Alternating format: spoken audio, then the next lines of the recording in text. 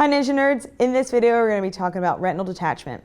If you like this video, make sure to give it a thumbs up, subscribe, and don't forget to comment down below. Also check out ninjanerd.org where we have our notes and illustrations for you guys to check out, where you can follow along with these lectures. Let's get into it. So retinal detachment is when the retina separates, and because of that separation we can have vision loss. And when we say vision loss, we mean blindness. It can lead to blindness.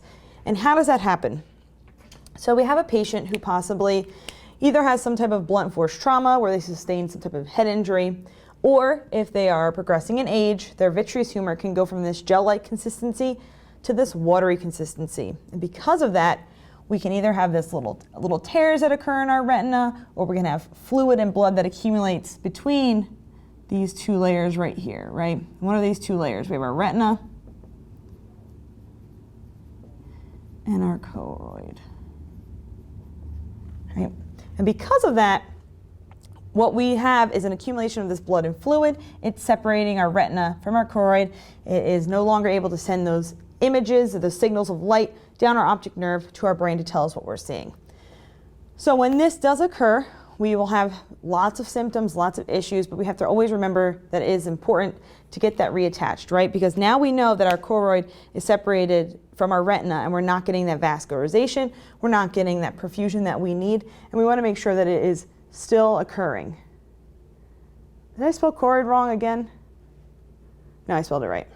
So what are some contributing factors that can also maybe occur to our patient that may also lead to retinal detachment? Well, we have things like being nearsighted. It's a lot of straining, a lot of squinting, a family history of it, and also recent eye surgery can also lead to retinal detachment. We have some symptoms that are really the hallmark signs of retinal detachment, and one of them is current being drawn. Sometimes patients sustain a little tear, and as that fluid accumulates, the vision kind of goes and crosses over the eye. So it's kind of this dark curtain that's being pulled until all of a sudden it's obscuring. And kind of when it obscures into that central vision is when people usually come in. And that's not what we want. We want you to be aware of your vision. If you do have a tear, make sure you're getting your eyes checked, or you have any type of head injury, your eyes are being checked, because we want to make sure we're catching this in its earliest stages and not when it has cut too far across our vision where we might not be able to save it. So that curtain being drawn, flashes of light.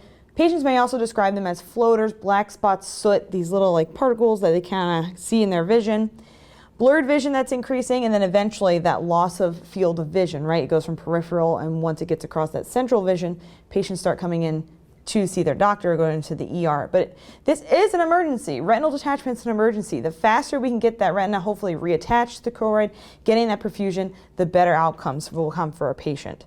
So some hallmark signs, again, that curtain-like vision, that sensation of a curtain getting drawn, or sudden pain in the eye, and then we want to get them to surgery to reattach the retina. So if our patient does unfortunately have a detached retina, we're gonna go to pre-op, which hopefully they can be NPO, if they can be, and then have consent for that surgery. But the biggest thing that we need to focus on is the post-op, because that's where we're going to be really taking care of our patient and keeping an eye on the healing process of hopefully having that retina reattach and reperfuse, so we can hopefully sustain whatever type of vision we still have. So with that, the biggest thing that we want to keep an eye on is avoiding the increase of our interocular pressure, or our IOP. And you want to always think about patients in their interocular pressure as the nausea and the vomiting, them being restless, any type of heavy lifting or straining. You want to start thinking about coughing, no rubbing of the eyes, and even sudden movements. This can even be reading. So if you have a question on your exam that's talking about prioritization, and you're seeing a patient has new eye surgery, they just had new retinal detachment or retinal reattachment surgery, and they are complaining of nausea, is that concerning? You want to think that's a possible priority, because if they have nausea, we can give them some type of medication, cut that nausea out right in the beginning, and then they won't be vomiting and increasing that interocular pressure. Same thing if they had something about a patient that had recent eye surgery, recent new retinal detachment surgery, and they were straining. We want to make sure that we are giving them some type of stool softener so that they aren't sitting there trying to push, increasing that interocular pressure and causing issues with their eye. So this is a big thing here, is after surgery, avoiding that increased IOP, interocular pressure. If they have eye patches, you want to make sure you're teaching them how to wear their eye patch, that they're maintaining it and keeping it on. Monitoring for that hemorrhage or sudden eye pain, making sure you're doing eye assessments and checking out their eyes. Encourage bed rest because, again, this is going to take some time to heal. They had eye surgery, and with these surgeries, there's a couple different ways that they can be completed, and some of them are with like a buckle or belt. So you want to make sure that they are aware of what type of surgery they had, so you can also teach them and keep an eye on what's going on with this patient. Big thing is to assist in their ADLs. They may have had partial vision obscured. They got the surgery, but now they're wearing an eye patch. So now they're only seeing with one eye. Maybe that other eye isn't that great. So you want to make sure we're teaching them how to do their ADLs, making sure they're safe, making sure they know where things are in the room, orient them to their situation and their room. And the last thing is, again, to limit the reading 3 to 5 weeks after surgery, depending on the provider, what the provider has to say. And again, this has to do with that rapid, sudden eye movements, that moving back and forth isn't good for the eye. We want the eye to rest, take its time healing.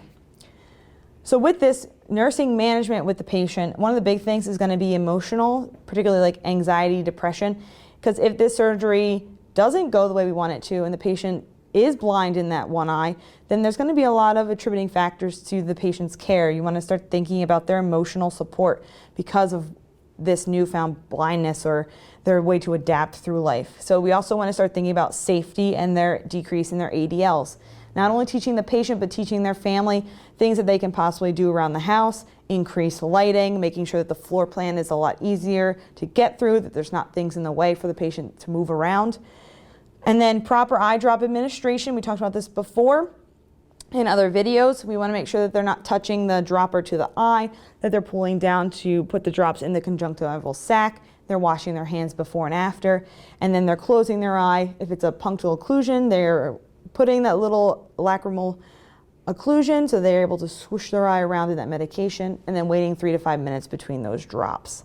And then the last thing is they shouldn't be driving until they are cleared, because again, this is an eye surgery and we want to make sure that that is going to heal properly and they're not going to cause any other issues with their vision, and they're able to drive safely. With that being said, Ninja Nerds, that is retinal detachment. I hope you liked this video. I hope you got something from it. If you did, leave a comment down below, hit that like, and as always, I'll see you next time.